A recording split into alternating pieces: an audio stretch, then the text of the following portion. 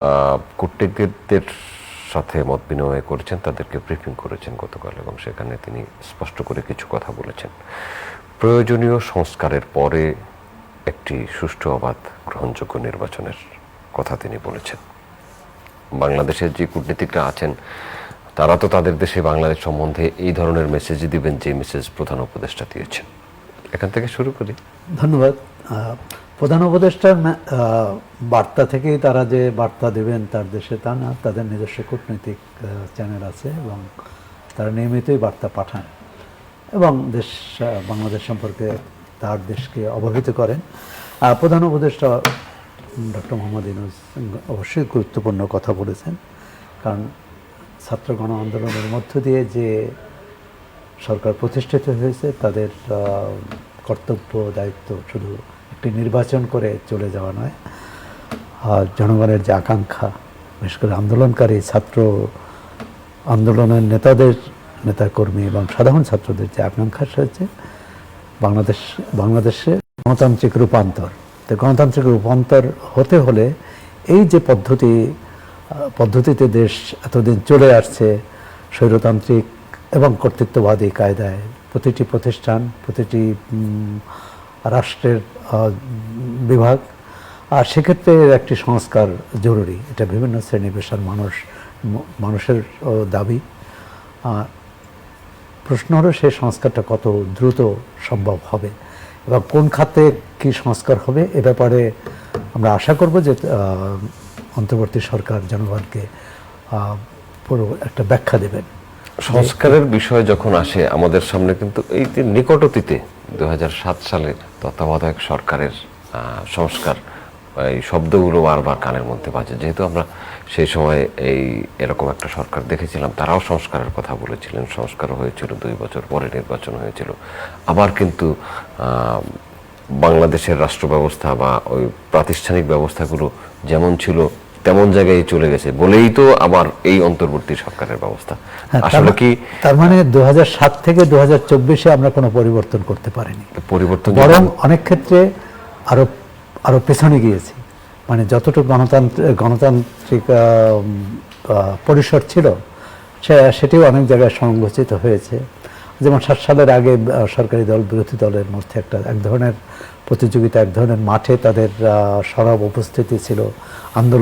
বিরোধী দল আন্দোলন করেছে, সরকার সেই আন্দোলন মোকাবেলা করার চেষ্টা করেছে। কিন্তু এই সরকারের বিগত সরকারের শেষ সময়ে এক ধরনের দমবদ্ধ পরিবেশ ছিল এবং শিক্ষার্থীরা কিন্তু প্রথমে এই আন্দোলনটা কোটা সংস্কারের দাবি নিয়ে সামনে আসে যে মেধাকে গুরুত্ব দেওয়া উচিত।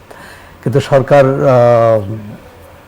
অভাবনীয়ভাবে বলবো এবং একটা গায়ের জোরে যে এটি ধরে রাখার চেষ্টা, যে যা করেছি সেটাই, কখনো আদালতের দোহাই, কখনো এটা প্রয়োজন নেই, এবং আন্দোলনটা যে তুচ্ছ তাচ্ছিল্য করা।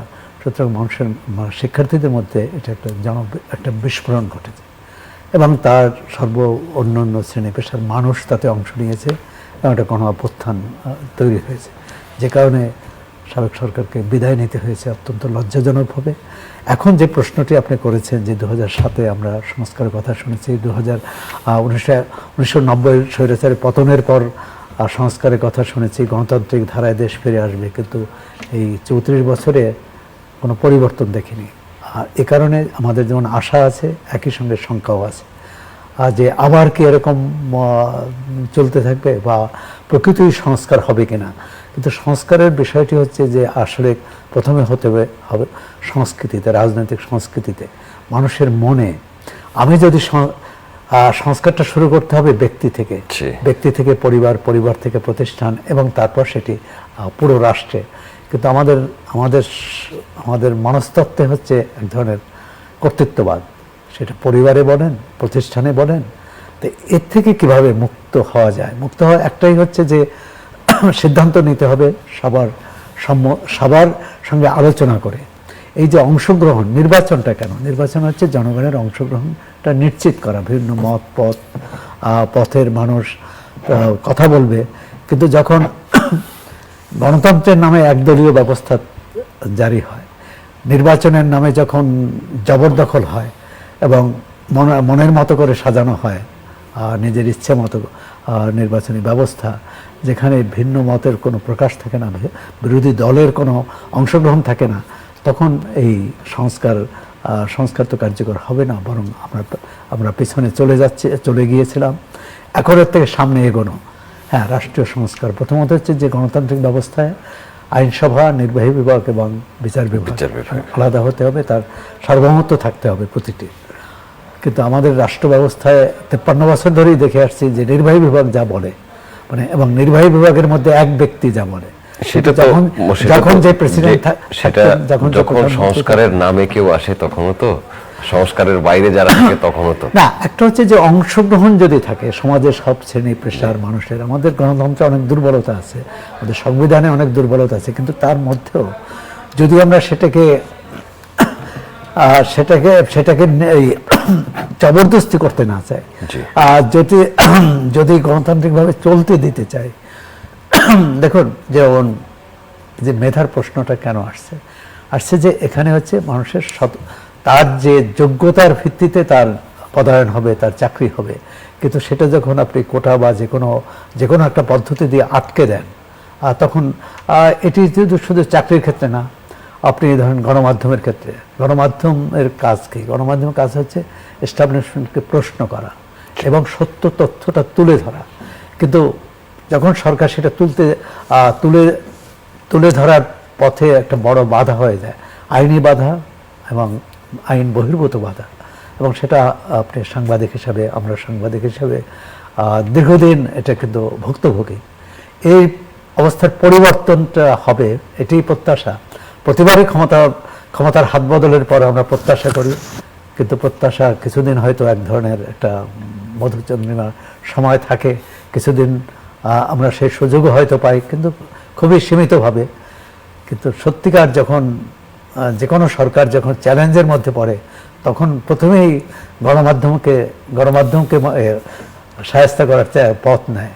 তো আমরা আশা করি এই অন্তর্বর্তী সরকার এবং পরবর্তীকালে অন্তর্বর্তী সরকারের মাধ্যমে যে নির্বাচন হবে, সেই নির্বাচনের মাধ্যমে যে সরকার আসবে, অর্থাৎ নির্বাচিত সরকার, সেই নির্বাচিত সরকার আমরা সদ্য বিদায়ী যে নির্বাচিত সরকারের মতো আচরণ করবে না, এটি আশা। আচ্ছা, এখানে ছোট্ট একটু বিষয় আপনার সাথে আলোচনা করি। এটা আপনি হয়তো এই বক্তব্য দেওয়ার জন্য যোগ্য ব্যক্তি নন, বা আমিও প্রশ্ন করার জন্য যোগ্য ব্যক্তি নই। সংবিধান এবং নির্বাচন, বাংলাদেশে এই অন্তর্বর্তী সরকার আসার পরে এটা বিপ্লবী সরকার না সামরিক সরকার এরকম কোনো কথা বলা হয়নি। সংবিধান স্থগিত করা হয়নি, সংবিধান কিন্তু আছে। সংবিধানের ছোট অনুচ্ছেদ অনুযায়ী নির্বাচন কমিশনকে পদত্যাগ করে, নির্বাচন কমিশন আছে। যদি আমরা যতদূর জানি যে যদি সংসদ বিলুপ্ত করা হয়, 90 দিনের মধ্যে সংসদ নির্বাচন করার একটা বাধ্যবাধকতা থাকে, এবং সেই আইন অনুযায়ী যদি নির্বাচন কমিশন নির্বাচন আহ্বান না করে বা 90 দিনের মধ্যে নির্বাচন না করে, তাহলে কি নির্বাচন কমিশনকেও বিচারের মুখোমুখি হতে হবে? কারণ সেখানে সর্বোচ্চ শাস্তি কিন্তু অনেক বড়। না, এটা অন্তর্বর্তী সরকার গঠনের আগে কিন্তু সুপ্রিম কোর্টের মতামত নেওয়া হয়েছে। প্রথমত হচ্ছে যে অন্তর্বর্তী একটি সংসদ ভেঙে দেওয়ার 90 দিনের মধ্যে নির্বাচন হওয়ার কথা, এবং পরবর্তীকালে যদি দৈব দুর্বিপাকের কারণে আরও 90 দিন সময় নিতে পারে। এখন ওই আবার আমরা 2007-এ ফিরে যেতে হয়।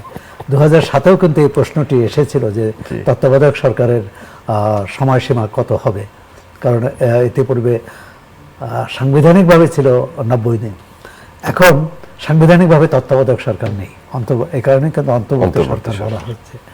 এখন এর সময়সীমা, আর আপনি শুধু নির্বাচন কমিশনের উপর দায়িত্ব দিলেও হবে না, নির্বাচন করার দায়িত্ব নির্বাচন কমিশনের, রাষ্ট্র পরিচালনার দায়িত্ব তার নির্বাচন কমিশনের না।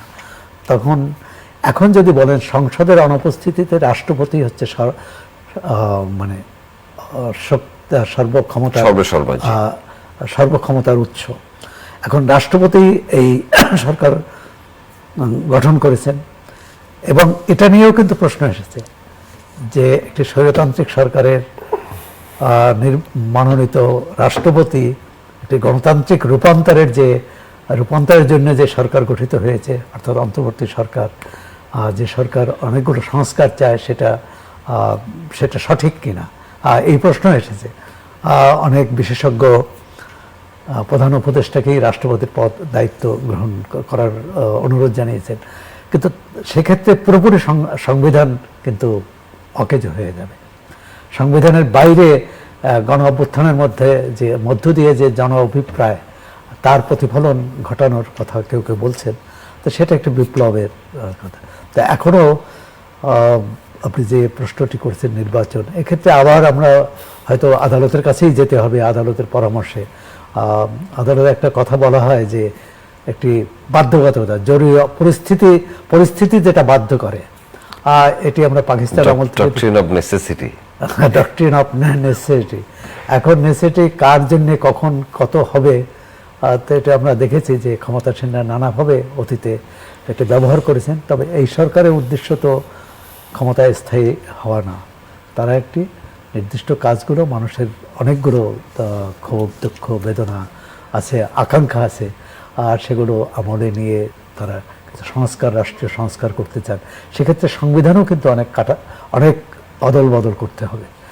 প্রথমেই হচ্ছে যে তত্ত্বাবধায়ক সরকার ব্যবস্থা বাতিল হয়েছিল সেটি পুনঃস্থাপিত হতে হবে, আবার একটি গণতান্ত্রিক ধারায়। অর্থাৎ এই যে গণ অভ্যুত্থান কেন হলো এই কারণে যে গণতান্ত্রিক ব্যবস্থায় হচ্ছে নির্বাচনের মাধ্যমে ক্ষমতার হাত বদল হবে, জনগণ যাকে চায়। কিন্তু আমরা 3টি নির্বাচনে দেখলাম যে নির্বাচনের মাধ্যমে ক্ষমতার হাত বদল হয় না। অর্থাৎ নির্বাচনে জনগণের মতামতের যে প্রতিফলন ঘটার কথা সেটি ঘটেনি। এ কারণেই একটি সরকার 3বারও আসতে পারে, 4বারও আসতে পারে, 5বারও আসতে পারে যদি জনগণ চায়। কিন্তু এমন যদি কলাকৌশল করা হয়, এমন যদি অপকৌশলে আশ্রয় নেওয়া হয় যে বিরোধী দল নির্বাচনই আসলো না, বিরোধী দল মানে কি জনগণের একটি বড় অংশের প্রতিনিধি। সরকারি দলের যেমন একটা প্রতিনিধিত্ব আছে, বিরোধী দলেরও আছে, এমনকি দলের বাইরে নির্দলীয় ব্যক্তিদেরও আছে। আর যেটি আমরা অনেক সময় দেখি যে নির্দলীয় প্রার্থী বা স্বতন্ত্র প্রার্থী জয়ী হন। গত নির্বাচনেই তো আমরা দেখলাম যে 62 জন স্বতন্ত্র প্রার্থী হলেন, যদিও তাদের মধ্যে আবার 58 জন ছিলেন সরকারি দলের। তাই এই অদ্ভুত, মানে বাংলাদেশে গণতন্ত্রের নামে সবসময় একটা অদ্ভুত কাণ্ড কারখানা হয়। তাই এটি যদি এই সরকার বন্ধ করতে পারে, মানুষ সমর্থন করবে, সমর্থন করছে, কিন্তু কতদিনে হবে সেটি মনে করি সরকারের উচিত জনগণকে এটি জানানো, মানে একটি ব্যাখ্যা করা যে কিভাবে তারা করছে। অর্থাৎ যেটা পথ নকশা বা আমরা রোড ম্যাপ বলি, সরকার একটা রোড ম্যাপ জনগণের কাছে যদি প্রকাশ করে, জনগণ আশ্বস্ত হবে। এবং অনেকেই এখন অনিশ্চয়তা আছে, ধোঁয়াশায় আছে যে এই সরকার আসলে কতদিন থাকবে, কি করবে। এটি নিয়েও সংস্কার তো একটা বিশাল অনেক বড় ব্যাপার, এবং কতদূর সংস্কার করবে, ঘর পর্যন্ত যাবে। এবং সংস্কারের ক্ষেত্রে যেটা আছে, রাজনৈতিক সংস্কার, একটা সামাজিক সংস্কার এবং অর্থনৈতিক সংস্কার।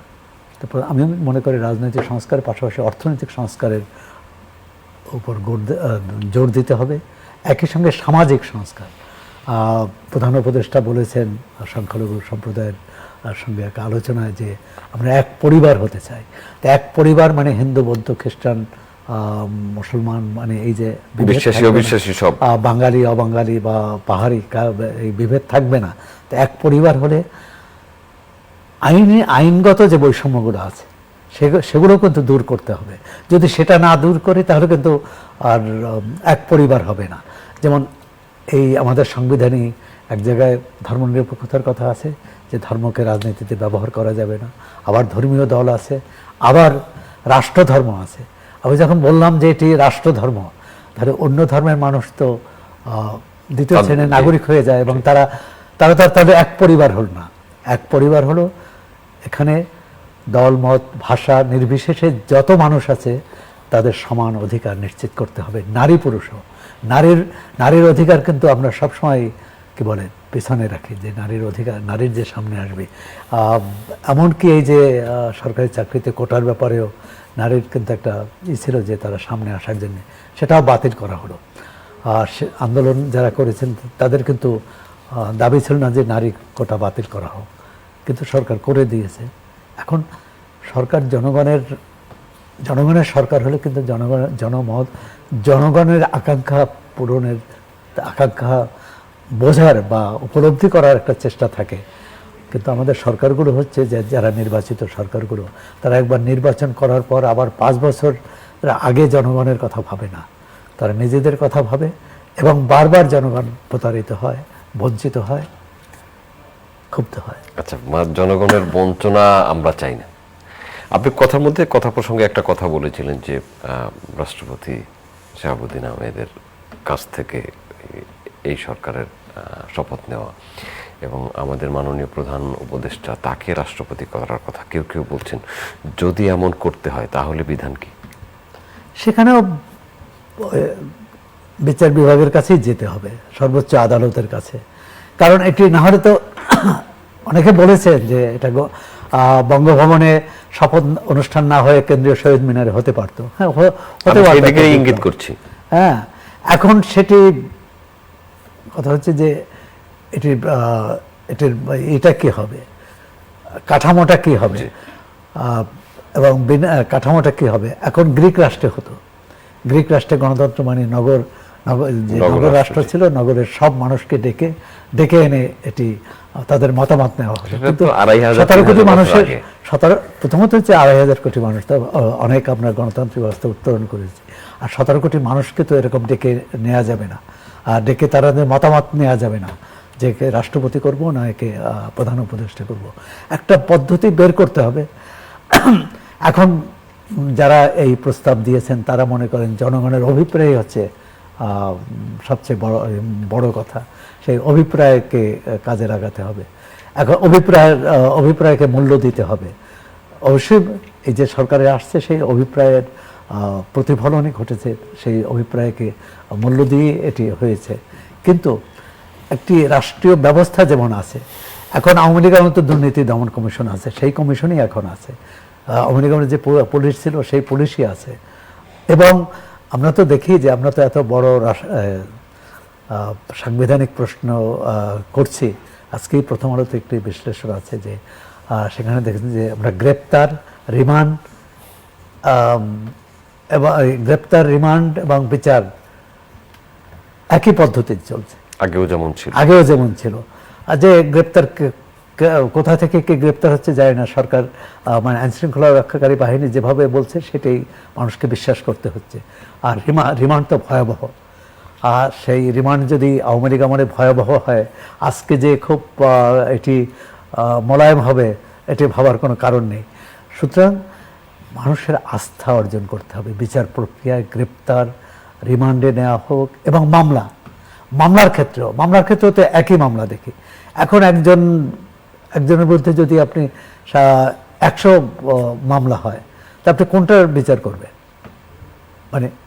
মানে এই যে এটা যদি প্রক্রিয়া থাকে যে আপনার ক্রম যদি হয়, তাহলে 1, 2, 3 এরকম 100 মামলার বিচার করতে 100 বছর চলে যাবে বা আরও বেশিও যেতে পারে। তাই এই ক্ষেত্রে এই প্রশ্নগুলো আছে, এগুলো যারা সরকার চালাচ্ছেন তারা আসলে আমলে নেবেন যে সমস্যার বিগত সরকার উত্তরণের জন্য এই সরকার উত্তরণের জন্য, কিন্তু সেই একই পদ্ধতিতে উত্তরণ হবে না। আমরা তো দেখেছি গত সরকারের আমলে অনেক আয়নাঘরেও রেখেছে, জানি না 8 বছর পর, 9 বছর, 10 বছর পর তারা বেরিয়ে এসেছেন। এই সরকারের আমলে এরকম কাউকে আটক রাখা হবে না, এটা প্রত্যাশিত। ভবিষ্যতে যে নির্বাচিত সরকার আসবে তারাও করবে না। আরেকটি হচ্ছে যে স্বচ্ছতা, এই যে কাকে কখন গ্রেপ্তার করলো, বিশেষ করে বিগত সরকারের যারা খুব গুরুত্বপূর্ণ পদে ছিলেন, কারণ তারা তো ব্যক্তিগত অন্যায় না, তারা রাষ্ট্রযন্ত্রকে ব্যবহার করে এসব করেছে।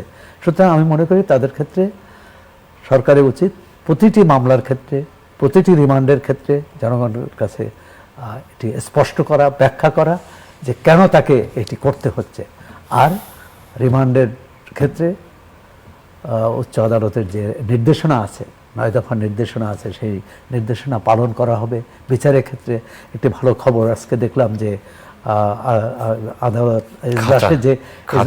এজলাসে যে খাঁচা ছিল, খাঁচা তুলে নেওয়া হচ্ছে। ছোট্ট করে একটা বিষয় জানতে চাই, প্রাণ রক্ষার জন্য 626 জন রাজনৈতিক বা ব্যবসায়ী বা আমলাতন্ত্রের কেউ কেউ বিভিন্ন সেনা ক্যাম্পে বা সেনাবাহিনীর কাছে ছিলেন, তাদের মধ্যে বেশিরভাগকেই পরিস্থিতি শান্ত হওয়ায় তারা চলে গেছেন। 7 জনের মতো আছেন। প্রথমত